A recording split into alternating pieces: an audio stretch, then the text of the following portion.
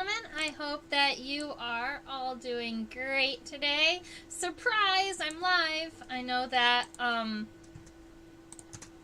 I've been promising to go live and pin my insects from my trip. I just hadn't gotten around to it yet. I was deciding before I leave for Michigan and go collecting again, I might as well get these insects pinned and ready for my collection.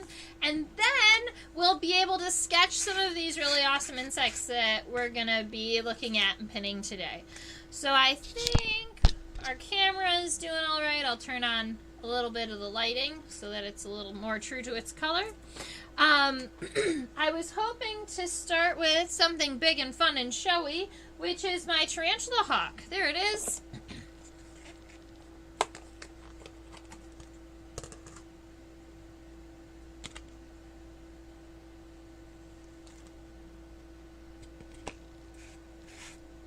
Alright, so there she is. It's beautiful. Get her on a white background so you can see her a little bit. This is a fairly good-sized Tarantula Hawk wasp. Let me go see if I have my... There's my ruler.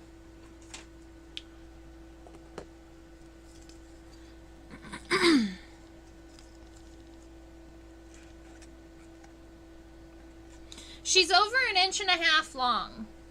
So if we were going to switch that over into centimeters, she looks like she is almost 4.5 centimeters. Yeah. That's pretty awesome. So she is a big, big Tarantula Hawk. I was really excited when she flew by because I have a handful of Pepsis species in my collection, but I think that she is by far going to be my largest one. A lot of times, so I'm not going to be spreading her wings at all. Alright, I'm not going to be opening them up. And a lot of times in scientific collections, what we want to do is make sure that the legs are tucked in rather than being kind of in a display position, because that's going to help protect the legs and the antenna and the wings from getting damaged at all by other specimens. A lot of times in museum collections, we're more worried about space and less worried about making sure that they're in a realistic position. Or, like an attack position, right? Like that type of stuff is meant for display cases rather than a scientific collection. Ideally, we want all of these legs to be nicely tucked next to its body. And so a lot of times when I'm going through and pinning my specimens, I will go through and I'll make sure that my legs are going in the right direction that I plan when I'm holding them, because that's going to help the legs form to where I want them to be. If we were going to be spreading the wings, the pin would go right through the center of the thorax, right here in between the wings. Because we are not spreading the wings, the pin is going to go slightly off to the right. Alright? That's to make sure that if there are any medial characteristics, any characteristics that are exactly on this middle line of the insect, we're not destroying them. Right? Because we know that insects are symmetrical. And so if you make sure that it's off to one side, any characteristic that's on the right side would also then be on the left side.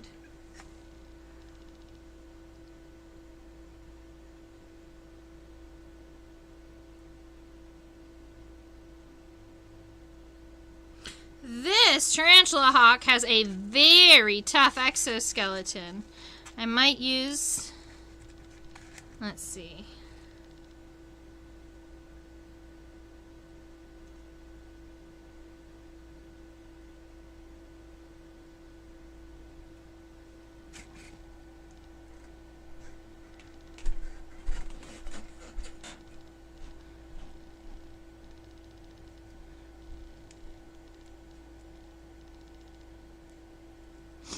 Alright, so I've got that hole started, but that's not the pin that I want to use to mount this specimen. So that hole is going to be helpful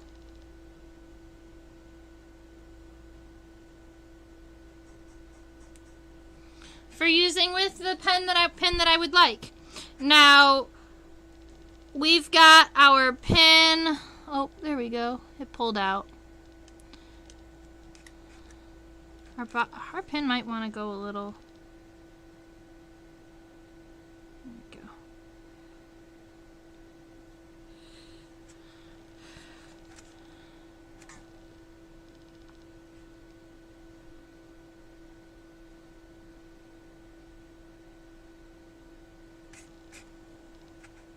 A lot of times, our rule for insect specimens is you want the pin to come out between the second and third coccyx, so between the second and third legs.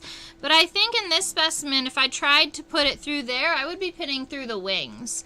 And I don't particularly want to be pinning through its wings, so I'm pinning up here. And when I push this through straight, it's going to be coming out in between the first pair of legs. And that should be fine.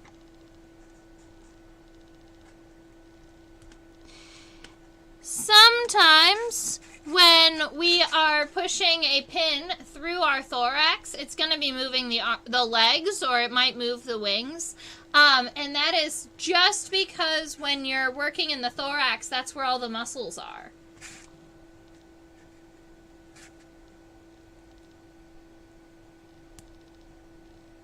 There we go. So my goal is to make sure that this pin is straight. And you can see I'm having a little bit of an issue with this guy because he's so big. He wants to angle after I get the pin through the top layer. Let's see.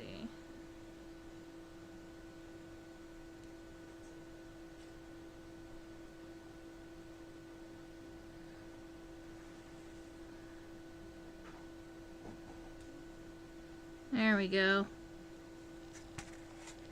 Much better. So I was able to get it in. There is this issue in that the pin came through exactly through the right coxa, the center of it. And so it's going to be holding that leg out just a little bit. So when I position these legs, I'm going to have to take that into consideration and match the left leg to the right leg.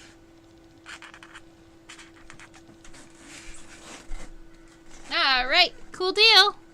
Let's set up its legs.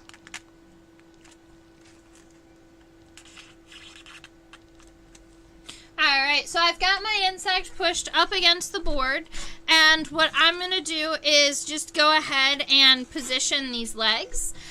When we are looking at insect legs, I like to tell people to think of the bones in their legs, and at least a couple of them have even the same names. So this one here is the femur, and this one here is the tibia that goes from here to that spur right about here. And what I want is I want all of these legs nicely tucked.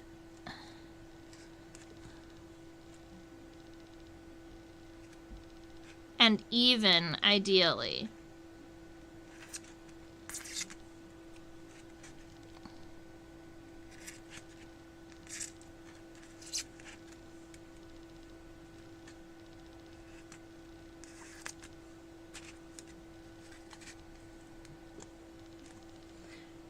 And I guess I can use my camera to make sure that they are even. Pinning under a camera is one thing that I'm definitely going to have to get a little more used to.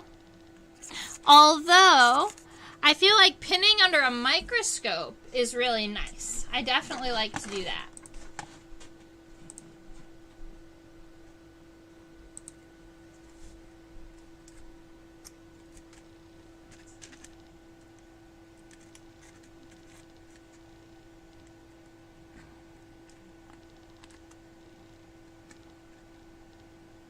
Alright, I just pulled the legs up so that they are not folded underneath the head, but I also want to make sure that this antenna is on top of the legs. We don't want the antenna to be underneath. So I'm going to pick this one up too.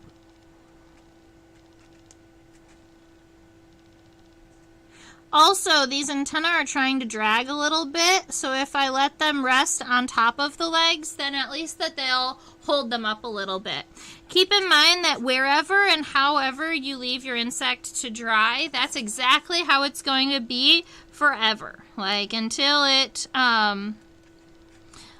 you decide to relax it and repin it, or until it gets eaten by dermestids, it's going to be in this position.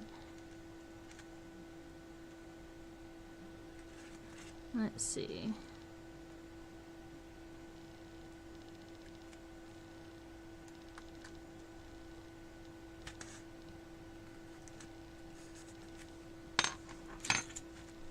I tried to reposition the right leg a little bit. Let's see.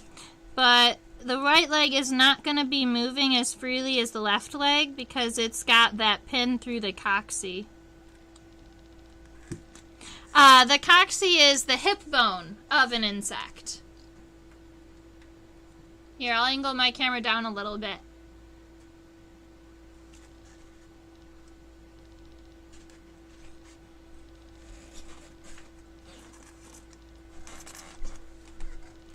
There we go. So, that is our Pepsis wasp. Maybe I'll go ahead and write, oops.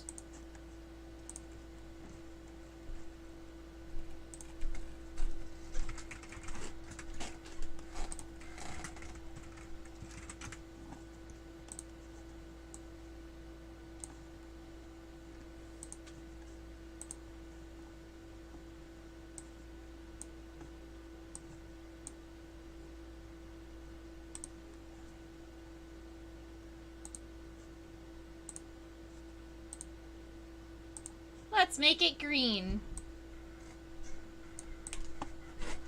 Alright, so that's what we call a Pepsis wasp or a Tarantula Hawk wasp.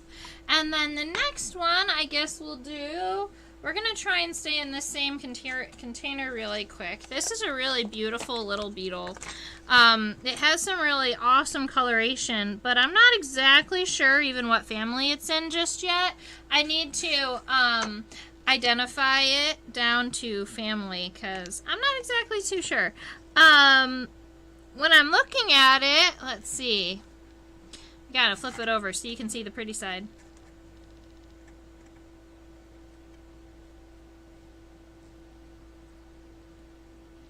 It's this really beautiful metallic green with kind of orange patches on the tops of the elytra. And when I first saw it, my first thought was maybe a like a leaf beetle, a chrysomelid, but I'm not sure because I don't think that it has the pads on the bottom of its feet that it needs to be a leaf beetle, and its head is odd. And I will have to show you that underneath the microscope. I definitely think we're going to be pinning or sketching this beetle at some point.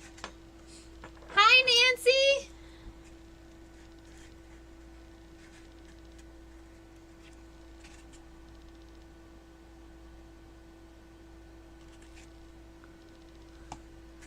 You see how pretty it is?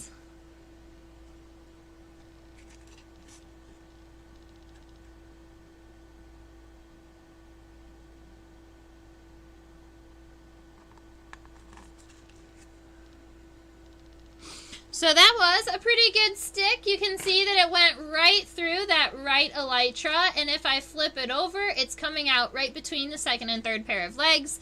That is a decent job, and then we're going to make sure that this insect gets pushed. Personally, I like to eyeball where my insects are going to be on the pin, but I know that there are a variety of pinning blocks that you can use to also push that pin through and make sure that they're all at the same width. But I generally give, let's see, it's generally about the same. About a 1/2 centimeter from the top of the pin is what I aim for. because that gives you enough space to grip the pin and still not bump the specimen. So I'm going to go ahead and put this guy. His legs are actually pretty well tucked. I'm not going to worry about doing anything additional for that specimen. I'm just going to leave him right up there next to our Tarantula Hawk because he was in the same container, so he came from the same location. Alrighty.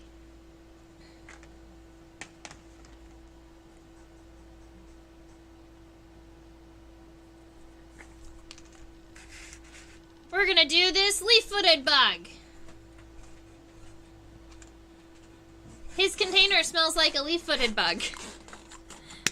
Oh, man. They do have a defensive chemical that they all smell like.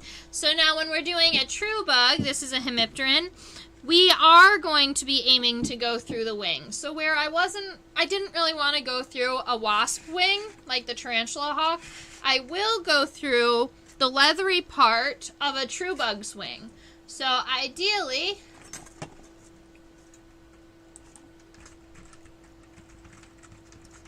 we call this a leaf-footed bug.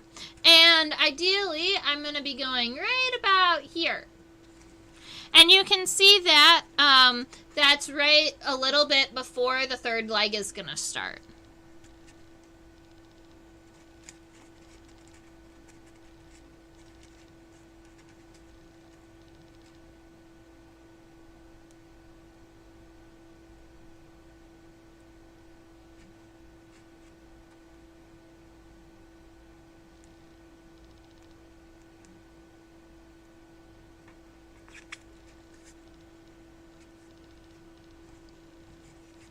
Alright, so we're going to go ahead and scooch this specimen up the pin a little bit. We give it the little spin to make sure that it is spinning at a correct angle.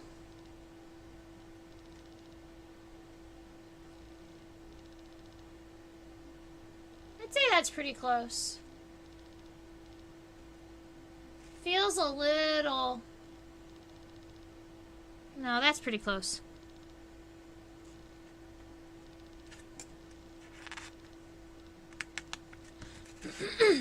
Alright, and it goes on our board. Let's see. We're going to make sure that these legs are nice and visible for when we are sketching and pinning our specimen. So I'm going to pull it out just a little bit. You can see that my specimen is spinning a little bit on the pin when I'm moving the legs around. So what I'm going to do to fix that is, well, first make sure that these legs are tucked underneath. And I'm going to make sure, let's see, I'm going to put a pin right next to the body, and that's going to keep my specimen from spinning in circles. We don't need any spinny bugs. Except our next beetles, the Whirligig Beetles. Haha, they spin. So I was trying, a lot of times you can get these legs, there we go. A lot of times you can get these legs to kind of stand up, but you have to give them a little bit of support on the side too. So if you stand it up on the right side, on the outside, then you can kind of control where the tarsal segment or the toe segment comes down a little bit. Let's see. That one needs to be... As you can see, it's just a little bit of fidgeting with the specimens, but spending a couple of extra minutes with this process is totally worth it for the safety of your specimens, right? To make sure that all of your... Hi, Freddie! How are you doing? His leaf legs reminds me of a baby praying mantis. Yes, so the baby praying mantis was a... Phytocrania paradoxa. It was a dead leaf mantis. So, Sewing Nancy, you babysitted a dead leaf mantis. So it looks like, so it's legs and body pieces that looked like a leaf, right? And this is a leaf-footed bug. So yeah, the characteristics are very similar.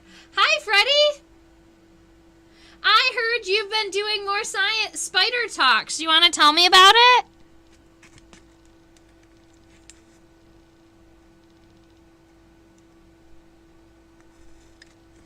So this leaf-footed bug right here is a specimen that was,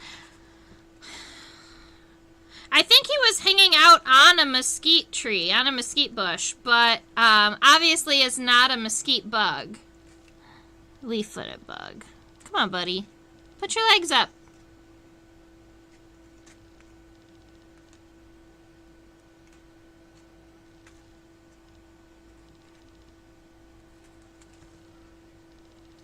Freddie, we missed you at IECC this year.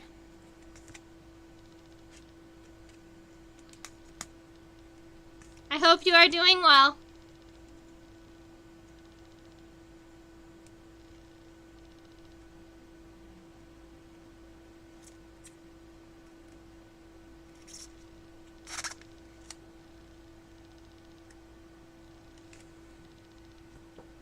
That's better. So that's kind of the angle that I'm going for with my leaf-footed bug. I want them to come out at a natural angle, but I also want to kind of tuck the toes underneath the body so that when my specimen dries, I'll be able to see all of the characteristics, but I won't have little tarsal segments all over the place where they might bump into other specimens.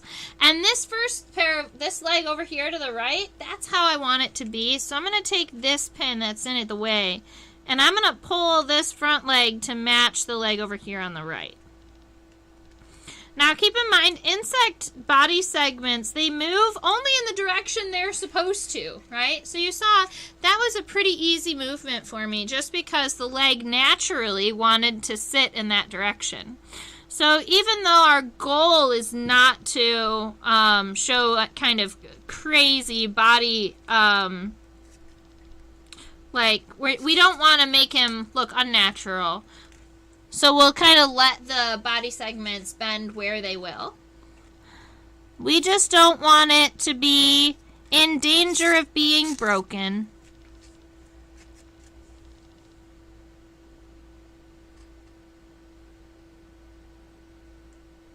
Oh, that's cool. That you're doing UW GBS Biodiversity Day. That'll be fun. Is that like a BioBlitz day?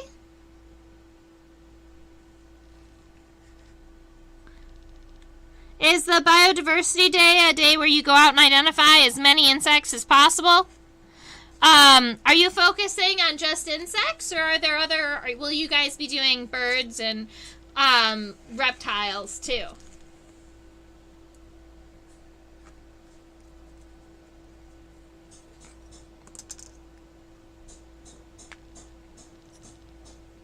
Alright, so, that leaf-footed bug is pretty much done. I'm going to be scooting over. We're going to be looking at a vespid, or a paper wasp, in the family. Let's see, vespidae. Now, a lot of times, I will go ahead and identify the specimen further. It's just that when I'm pinning the insects, a lot of times I only have them site ID'd to family. And then after I get them under the microscope, I can figure them out further.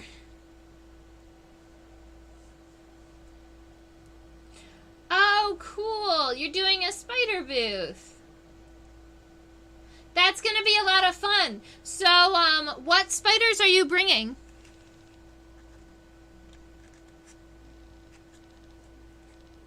I know you have lots of pets at home.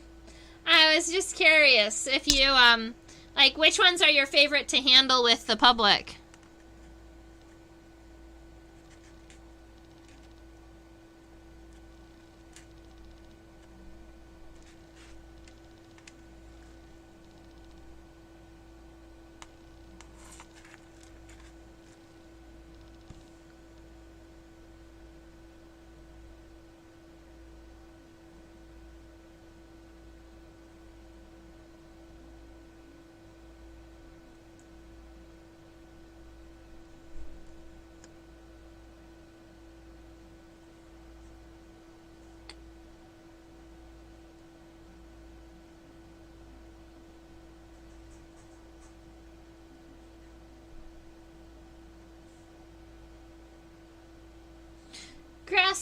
spiders, wolf spiders, and a handful of tarantulas.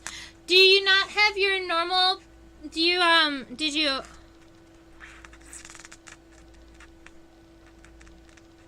Your rose hair is alright, right? Or, did it get left in a move?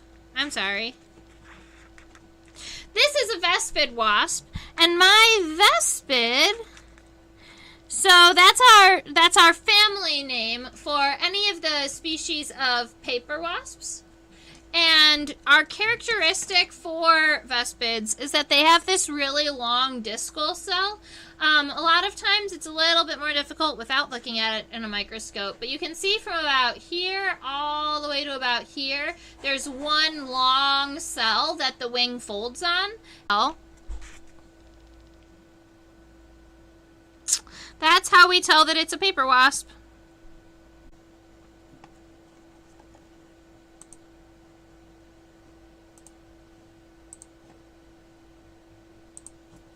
So my camera just totally decided to fail. Oh, but your tarantulas are doing great and they're in California. That makes me happy. I'm glad to, I'm happy to hear that they are doing fine. They're just in another state right now, but I'm sure that you guys will get back together and continue to do your awesome outreach. I love watching and, hearing about all of the things that you're doing.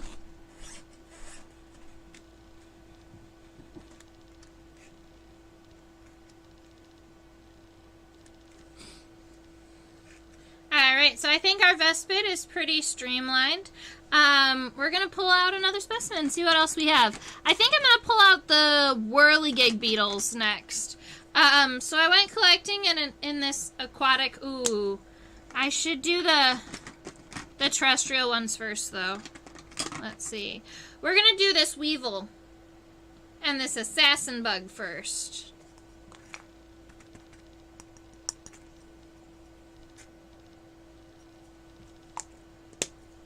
So this is our little Weevil friend, and we can see that he has this beautifully long snout on the front of his head.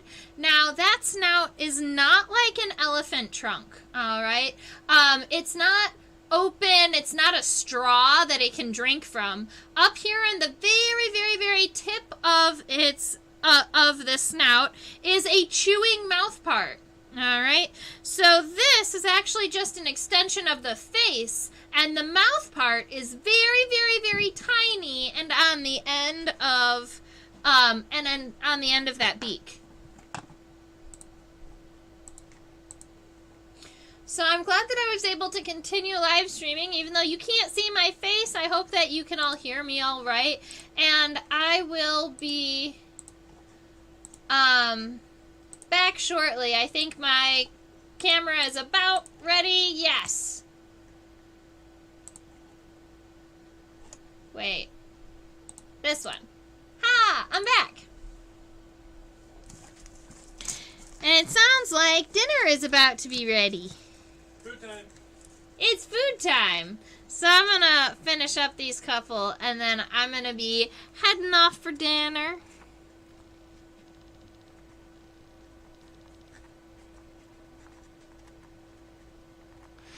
Trying to get our Weevil to flip over. Come on, buddy.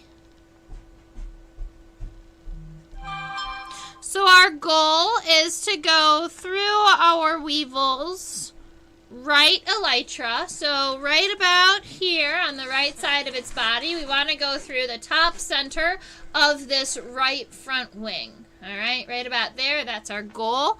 A lot of times I will poke myself with a pin.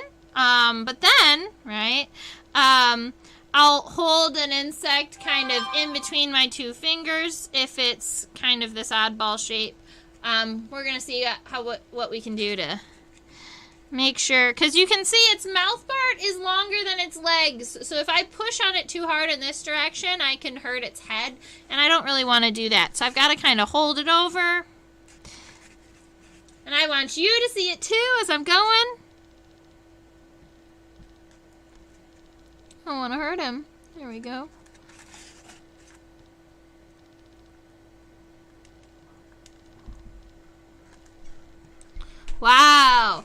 this Weevil has a very, very hard exoskeleton. I would like to note that.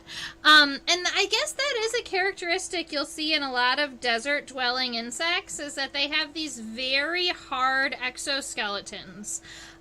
It's one adaptation that does help them stay hydrated, right? Or also protects them from being eaten by tarantulas. So, two things. Darkling beetles. Oh, I don't want you. Stay nice. So, right about now, I'm having this issue where my pronotum is disconnecting from the elytra. You can see it's kind of leaking a little bit while I'm trying to get this pin through the bottom layer. So I got it through the top of the exoskeleton, and as I'm trying to push it through the bottom, I'm attempting not to let this specimen get injured.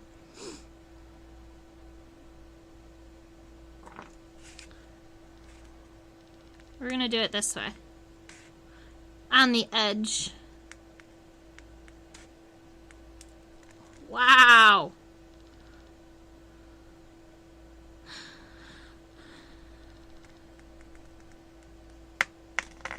Okay. I don't know if you heard that, but we had to do some real pushing to make sure that the pin went all the way through the insect's body. I'm hoping that he's going to stay all together, but admittedly, his pronotum is moving away from his elytra in a way that I don't really like.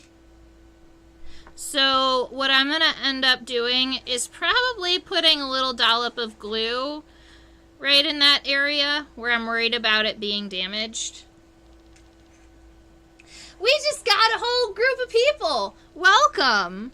I'm just sitting here pinning some insects for a minute. I sometimes will do this where I just take a couple of minutes and live stream when it wasn't really planned, just so that I can continue to build my collection. And where I love pinning alone, I think it's also a lot of fun to do this live so that people can join me and hang out and ask questions if you'd like. So this is a Weevil. I guess I forgot to change this.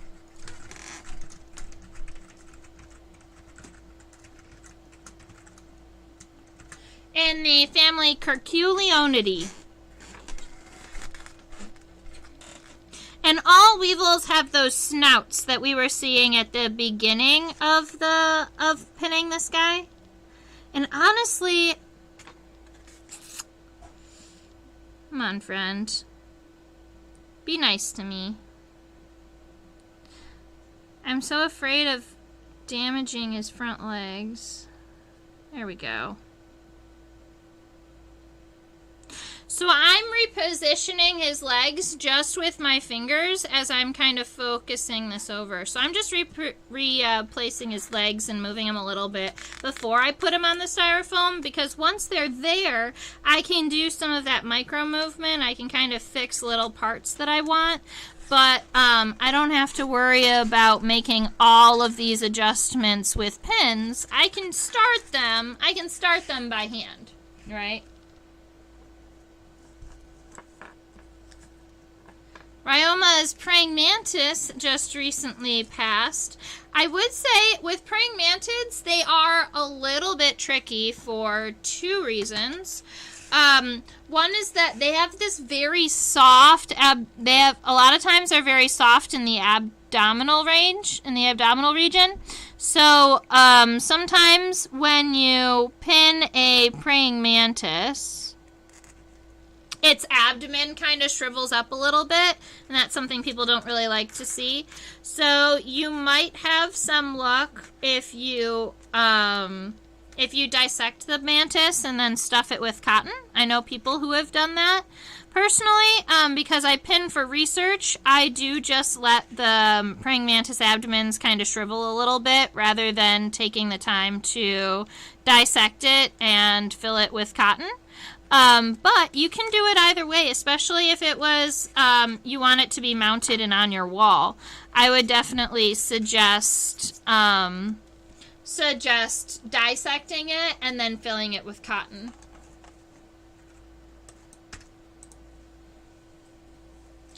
And the other thing, so I said 2 issues with Mantids. That's the first one. The second one with praying Mantids, when you're pinning them, is that, especially if you've got a really pretty green praying mantis or a really pretty brown praying mantis, greens, especially greens fade a lot. So you don't end up with, the really bright green color that your praying mantis was. You end up with it kind of fading out almost to a pale green and then white when they get old enough. The browns stay mostly brown, but they can kind of darken up too. And so praying mantids colors are very pigmented based. And because of that, they fade, and they fade quickly.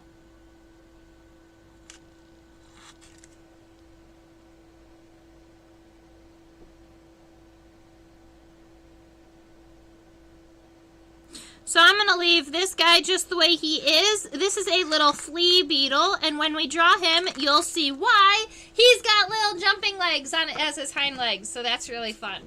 Okay, so, ladies and gentlemen, we got a handful of insects pinned. We got that Pepsis wasp from earlier, some really beautiful metallic beetles, our leaf-footed bug, our vespid, a weevil. This was an assassin bug, and this little guy right there is called a flea beetle. And when we look at him and his hind legs, they have little jumping hind legs, so I think that that's pretty cute.